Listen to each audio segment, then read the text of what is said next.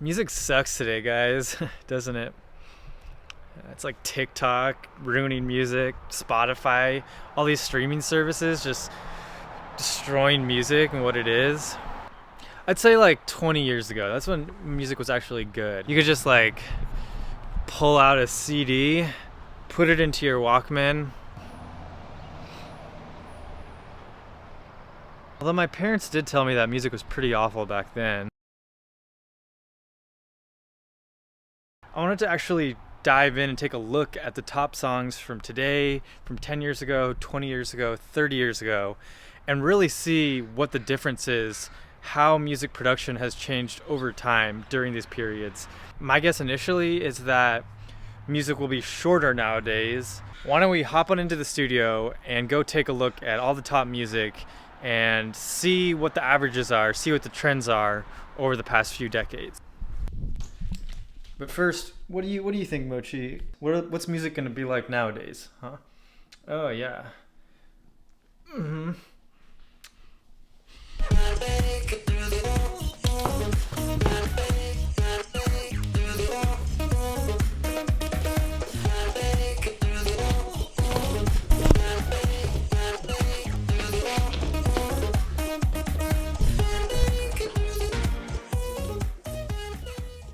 Okay, so first, let's dive into the Billboard charts and kind of see what the top songs are right now, and then at this time in 2011, 2001, 1991, and 1981.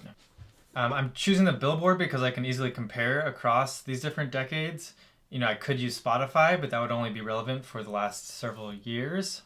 So if we look at the charts currently, we have Olivia Rodrigo, Driver's License, we have Mood, Blinding Lights with The Weeknd, Ariana Grande, Dua Lipa. Okay, now let's jump back to this week, but in 2011, what did we have going on? Bruno Mars, Grenade. Oh, I remember that song. Firework, Katy Perry, Pink, Wiz Khalifa, Black and Yellow.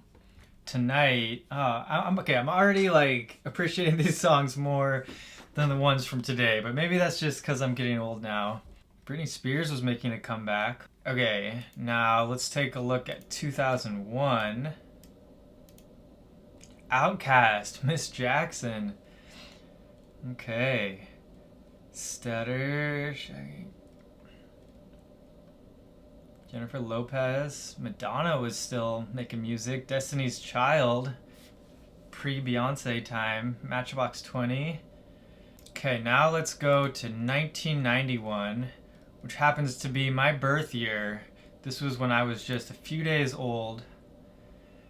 The music that was around was Whitney Houston, Mariah Carey, Gonna Make You Sweat, Everybody Dance Now. Oh, that was the song. See, I don't even know C plus C Music Factory really, but I know the title Everybody Dance Now. Celine Dion. Play That Funky Music. Interesting. And finally, let's take a look at 1981. Celebration. Played that song at weddings before, that's for sure. Yeah, 9 to 5, Dolly Parton, John Lennon. Interesting. I have another website that I like to go to. There's a few different websites that do this, but this one's called Music Stacks. And this one, I just like the layout of it. But you're basically able to search any of these songs and it shows you all of the relevant info based on how Spotify categorizes music. Right here, I'm pulling up some of the Spotify data that's used for their algorithms and how they sort music. So I'm just gonna look at length, BPM, and then the danceability, positiveness, and energy of the songs. Just to kind of see how these are changing throughout the years with a small sample size. So Driver's License, 4 minutes, pretty long song for nowadays at 144 BPM. Danceability is 59 in the middle. Positiveness pretty low at 21, and energy a little bit low at 43%. Looking at Mood, 220. So this is a little bit more what I expect for a modern song. A little bit shorter of a song at 91 BPM. Kind of hip hop BPM. But the danceability, pretty high. Positiveness is pretty high. And the energy is fairly high. Jumping back a decade, we have Grenade at 343 in length and 110 BPM. Danceability pretty high. Positiveness low. And energy average. Effin' Perfect, 333. That's a pretty perfect time right there. Okay, now let's go back to the 2000s for Miss Jackson. We have 430. We're getting longer now at 95 BPM. Danceability is at 84, pretty high. Positiveness is a bit higher, 61. And energy at 81. Now Everybody Dance Now. Let's go back another decade. And 4 minutes long, pretty long at 112 BPM. Danceability 56. I would think it would be higher for a song that has dance in the title. Positiveness is nice and high. Energy is nice and high. All right, let's go back to Celebration. 5 minutes long almost at 122 BPM. Really long song. But it has high danceability, high positiveness, which I would have definitely guessed on this song.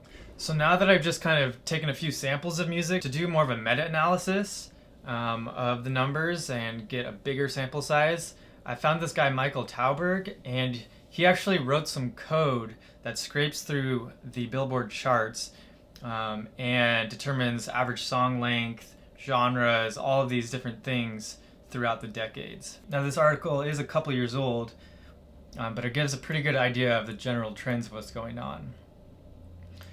So we'll see that average song length is going down a lot. In 2000, it was 250 seconds for average song length almost, so over 4 minutes. And then in 2018, it's down to about 3.5 minutes. So taking a huge dive in terms of song length, which you would guess, with Tic Tok and all of these things. Also, the number of words in a song title has dramatically gone down, which makes it just like a punchier, catchier title with our shorter attention spans these years. And then the lyrical density has gone up. There's more words jammed into every second of songs now than 20 years ago. Okay, so let's take a look at some of genres. So first, R&B. This was like such a huge thing back when I was growing up in the 2000s, and it used to dominate the charts. And then from like 2008 to 2012, it just started dropping off dramatically. And it's even going down more and more now. So R&B is kind of a thing of the past. Maybe it'll make a comeback. Meanwhile, rock has followed a similar trend where it's gone down quite a bit. And rap has kind of stayed constant and been spiking a bit in the last few years, which I just see Spotify dominated by rap these days. Country has kind of stayed constant. It had like a surge in the 2010s for a little while, the first half of the 2010s. Pop has gone up, and obviously EDM has gone up in popularity. Now it's something, it was something before that was just obscure and only in clubs, and now it's infiltrated the pop music scene and going into Billboard charts constantly. Okay, now this next section is pretty interesting. So I went over some of the Spotify metrics before on the songs. This kind of brings that into more depth here. So the positivity of music has gone way down since 2000. Music is just sadder nowadays. Meanwhile, energy kind of went up and now it's gone down a lot in the last few years. But danceability has been jumping up. So songs are dancier and sadder. Then for a bigger view of song length, I found this chart, which basically it only goes up to 2010, but it shows you going back to the 1940s how song length has changed. And the interesting thing you'll see here is that average songs were pretty short in the 60s. I mean, they were like under 3 minutes. Some songs were 2 minutes. Then they just started going up and up and up until around 1990. 92 is when song length just peaked and average songs were really long, and then it's just been kind of doing a slow, steady decline until 2010, and now over the last 10 years, it's like taking a huge nosedive. So I think we're getting back to that 1960s type of song length. You got to really think of why the song length has changed and why it's kind of made the moves that it has, and a lot of it comes down to what platforms people are listening to music on.